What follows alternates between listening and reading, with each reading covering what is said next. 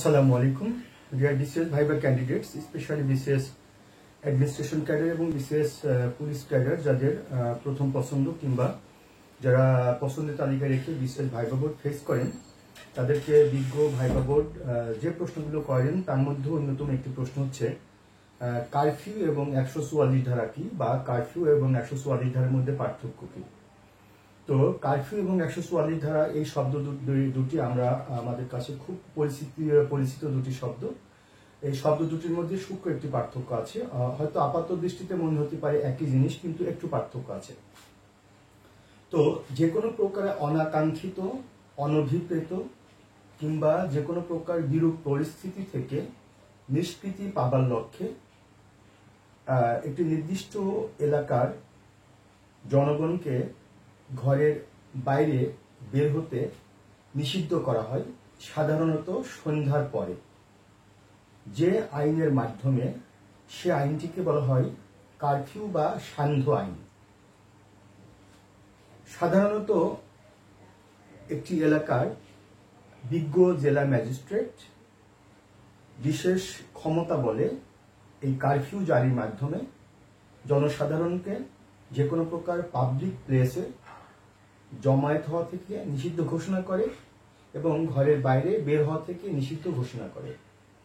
তাহলে যে আইনের মাধ্যমে বিজ্ঞ জেলা ম্যাজিস্ট্রেট তার অধীনস্থ এলাকার জনগণকে ঘরের বাইরে একটি নির্দিষ্ট সময়ের জন্য বের হতে নিষিদ্ধ করে কিংবা যে কোনো প্রকার পাবলিক প্লেসে জড়ো হতে নিষিদ্ধ করে, যে আইনের মাধ্যমে সে আইনটিকে বলা হয় কারফিউ। আর কারফিউ মানে হচ্ছে সান্ধ্য আইন। সাধারণত এই আইনের মাধ্যমে সন্ধ্যার পরে মানুষকে পাবলিক প্লেসে জমায়েত হতে নিষিদ্ধ করা হয়। অপরদিকে 144 ধারা হচ্ছে 1898 সালের ফৌজদারি কার্যবিধি বা দ্য কোড অফ ক্রিমিনাল প্রসিডিউরের একটি ধারা।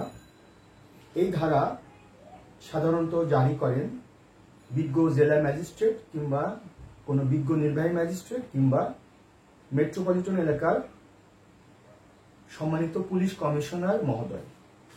এবং 144 ধারা জারির মাধ্যমে সমস্ত প্রকার সমাবেশ, মিছিল, মিটিং এবং আগ্নেয়াস্ত্র সহ সমস্ত প্রকার অস্ত্র বহন নিষিদ্ধ করা হয়।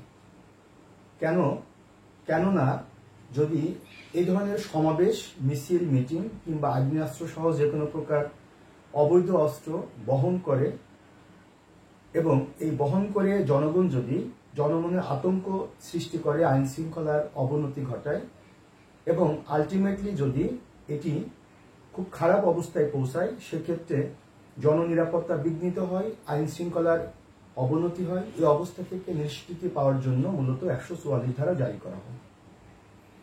তো আমরা 144 ধারা নজির ইতোপূর্বে দেখেছি 1952 সালে ভাষা আন্দোলনের সময় পাকিস্তানি শাসক গোষ্ঠী, বিশেষ করে পাকিস্তানি হানাদার বাহিনী, তারা যে 144 ধারা জারি করেছিল। 1969 সালে তারা 144 ধারা জারি করেছিল এবং এগুলো অমান্য করে আমরা ভাষা আন্দোলনে সম্পৃক্ত হয়েছি, গণ অভ্যুত্থানে সম্পৃক্ত হয়েছি এবং পরবর্তীতে যারা এই 144 ধারা ভঙ্গ করেছে তারা শাস্তিযোগ্য অপরাধ করেছে এবং তাদেরকে বিভিন্নভাবে শাস্তি দেওয়া হয়েছে পাকিস্তানি শাসক গোষ্ঠীর পক্ষ থেকে। সুতরাং এখানে একটা ইনফরমেশন সবার জন্য জ্ঞাতব্য যে কারফিউ বা সান্ধ্য আইন অমান্যকারী কিংবা 144 ধারা ভঙ্গকারী দুটোই কিন্তু শাস্তিযোগ্য অপরাধ। তাহলে এই সান্ধ্য আইন বা কারফিউ এবং 144 ধারা এই দুটোর মধ্যে সূক্ষ্ম পার্থক্যটা কি? তো 144 ধারা এবং কারফিউ বা সান্ধ্য আইন দুটোর মধ্যে সূক্ষ্ম পার্থক্যটা হলো যে কারফিউ শব্দের অর্থ হচ্ছে সান্ধ্য আইন, যা একটি নির্দিষ্ট এলাকায় নির্দিষ্ট সময়ের জন্য বিজ্ঞ জেলা ম্যাজিস্ট্রেট জারি করে থাকেন।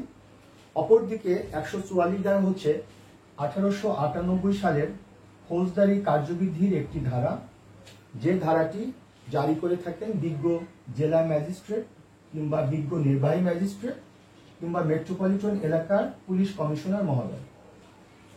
তো কারফিউ জারির মাধ্যমে কি করা হয়? কারফিউ জারির মাধ্যমে জনগণ কর্তৃপক্ষের অনুমতি ছাড়া ঘর হতে বাইরে বের হতে পারে না। আর অপরদিকে 144 ধারা জারির মাধ্যমে সমস্ত প্রকার সমাবেশ, আগ্নেয়াস্ত্র সহ অন্যান্য অস্ত্র বহন নিষিদ্ধ ঘোষণা করা হয়। এবং কারফিউ বা সান্ধ্য আইন এবং 144 ধারা দুটো শাস্তিযোগ্য অপরাধ। এ দুটো বিধান যারা অমান্য করে, কারফিউ বা সান্ধ্য আইনকে যারা অমান্য করে এবং 144 ধারাকে যারা অমান্য করে, তারা শাস্তিযোগ্য অপরাধ হিসাবে সাব্যস্ত হয়। তো dear BCS candidates, specially BCS administration cadre এবং বিসিএস পুলিশ ক্যাডার যারা ভাইবা দিবেন, তাদের জন্য আজকের আলোচনাটি বেশ ফ্রুটফুল বলে আমি মনে করি। আপনাদের জ্ঞাতার্থে অবগত করছি যে আমি মোহাম্মদ শাহজাহান আলী মিলন স্যার। আমি বিসিএস প্রিলিমিনারি আন্তর্জাতিক বিষয়বলী, লিখিত আন্তর্জাতিক বিষয়বলী এবং ভাইবা পড়াই। বর্তমানে 41তম বিসিএসে আমার 4টা ভাইবা ব্যাচের কার্যক্রম চলছে। তার মধ্যে 3টা ভাইবা ব্যাচ অলরেডি স্টার্ট হয়ে গেছে। 18 নম্বর ব্যাচ, 19 নম্বর ব্যাচ এবং 20 নম্বর ব্যাচ। 20 নম্বর ব্যাচ আগামী 14 তারিখ থেকে স্টার্ট হবে এবং এরপরে শুরু হবে 21 নম্বর ব্যাচের কার্যক্রম। যারা আমার ভাইবা প্রাইভেট প্রোগ্রামে সম্পৃক্ত হতে চান, তারা আমার সাথে যোগাযোগ করতে পারেন এবং আমার কোর্সে যদি যুক্ত হতে চান, আমার সাথে যদি যোগাযোগ করতে চান, সেক্ষেত্রে আমার ফোন নম্বরটি হলো 01712282980। আমি মিলন স্যার, আমার সাথে যোগাযোগ করতে পারেন। তো সবার জন্য শুভকামনা থাকবে। পরবর্তীতে আবার নতুন টপিক নিয়ে আপনাদের সামনে হাজির হব। সেই পর্যন্ত সবাই ভালো থাকবেন। আসসালামু আলাইকুম।